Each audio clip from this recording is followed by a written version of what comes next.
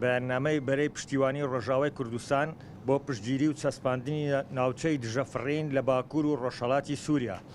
بەرەی پشتیوانی ڕۆژاوای کوردستان پشتگیری لە یادداشتی 33 پارتی سیاسی باکوور و ڕۆژهەڵاتی سووریا دەکات کە داوای چەسپاندنی ناوچەی دژەفڕین لە سنووری قەڵەمڕەوی ئیدارەکەیان دەکەن.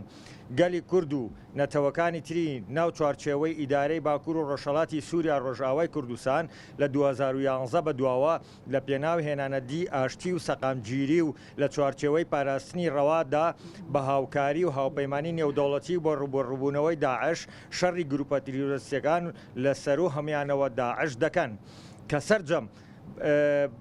کە سەرنجام بە شەهیدبوونی زیاتر لە 12,000 شەهید و 30,000 بریندار توانراوە ئیدارەی خۆسەری لەسەر پێی خۆی بۆستێنرێت.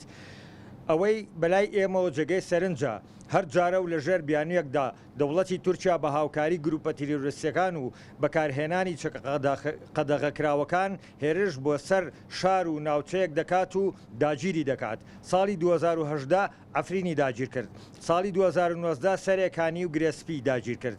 لەو کاتەش بە دواوە لەسەر زەوی بەردەوامە لە تۆپبارانکردنی ناوچەکان و ڕۆژانەش لە ئاسمانەوە بە فڕۆکەی بێفڕۆکەوان کردەی سەربازی ئەنجام دەدات. ئێستاش جارێکی تر دەوڵەتی تورکیا بەنیازە هێرشێکی تر بکاتە سەر ئیدارەی باکوور و ڕۆژهەڵاتی سووریا و زیاتر لە ناوچەیەکی تر داگیر بکات. لە کاتێکدا هێزەکانی هەسەدا گرنگترین هاوپەیمانی ناو هاوپەیمانی نێودەوڵەتین بۆ ڕوبەڕووبەرەوەی داعش هەژمار دەکرێن و تورکیا ئەندامێکی هاوپەیمانێتەکەیە. دەبێت ئەمریکا و رووسیا و نەتەوەی گرتوەکان هاوپەیمانی نێودەوڵەتی بۆ ڕوبەڕووبوونەوەی داعش، ناتۆ، یەکێتی ئەوروپا و دادگای مافی مرۆڤی ئەوروپا، کۆمکاری عەرەبی، هێز و لایەنە سیاسیە کوردیەکان لە هەر چوار پارچەی کوردستان، حکومەتی هەرێمی کوردستان و ڕێکخراوە نێودەوڵەتیەکان و کەسایەتە دیموکراسیەکانی جیهان ئەو ڕاستیە باش بزانن.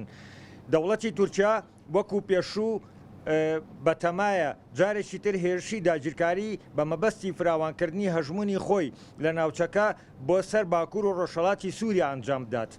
بە هەر نرخێک بووە وەستانەوە و بۆ ڕێگریکردن لەم هێرشە چاوەڕوانکراوە ئەرچی ئەخلاقی هەموو لایەکە و لە ئەگەری هەڵگیرساندنی شەڕیشدا لێکەوتە خراپەکانی لە نمونەی ئەنجامدانی تاوانی جەنگ بەهێزبوونەوەی داعش لە ئەستۆی دەوڵەتی تورکیا خۆیدایە. ئێمە وەکو بەرەی پشتیوانی ڕۆژاوای کوردستان جارێکی تر دووپاتی دەکەینەوە کە پشتگیری لە داواکاری 33 پارتی سیاسی ناو ئیدارەی باکووری و ڕۆژهەڵاتی سووریا ڕۆژاوای کوردستان دەکەین بۆ چەسپاندنی ناوچەی دژەفڕین بۆ ڕوبەڕووبوونەوەی فڕۆکەکانی تورکیا لە سنووری ئیدارەکان و داواش دەکەین. یەک، چوار سەرۆکایەتەکەی حکومەتی هەرێم و لایەنە سیاسیەکانی هەرێمی کوردستان پاڵپشتی داواکاری چەسپاندنی ناوچەی دژەفڕین بکەن. دوو، دەسەڵاتی ئیدارەی باکوور و ڕۆژهەڵاتی سووریا بکاتە کارنامەی دانیشتەکانی خۆی و دەنجی لەسەر بدات و بیکاتە بڕیار. هەروەها داوا لە نێونەری تایبەتی نەتەوەی گرتوەکان جنین هێنس بلاسخارد بۆ کاروباری عێراق دەکەین هەوڵەکانی لەم ڕۆ دەست پێ بکات.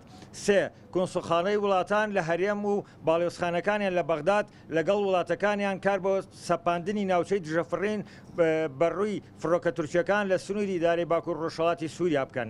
چوار، چالەگوانی مەدەنی و ڕێکخراوەکان، نووسەر و ڕۆژنامەنووس و ئەکادیمیەکان، هاوڵاتیانی هەرێمی کوردستان داواتان لێ دەکەین پشتیوانی خۆتان بۆ چەسپاندنی ناوچەی دژەفڕین لە ئاسمانی باکوور و ڕۆژهەڵاتی سووریا بەڕووی فڕۆکەکانی تورکیا دەربڕن و بە فراوانی بەشداری هەڵمەتی تۆڕە کۆمەڵایەتەکان بکەن کە بە هاشتاگ لە 23 حوتی 2022 دەست پێ دەکات. سوپاسانەکەین بەخێر بێن بەرەی پشتیوانی لە ڕۆژاوای کوردستان.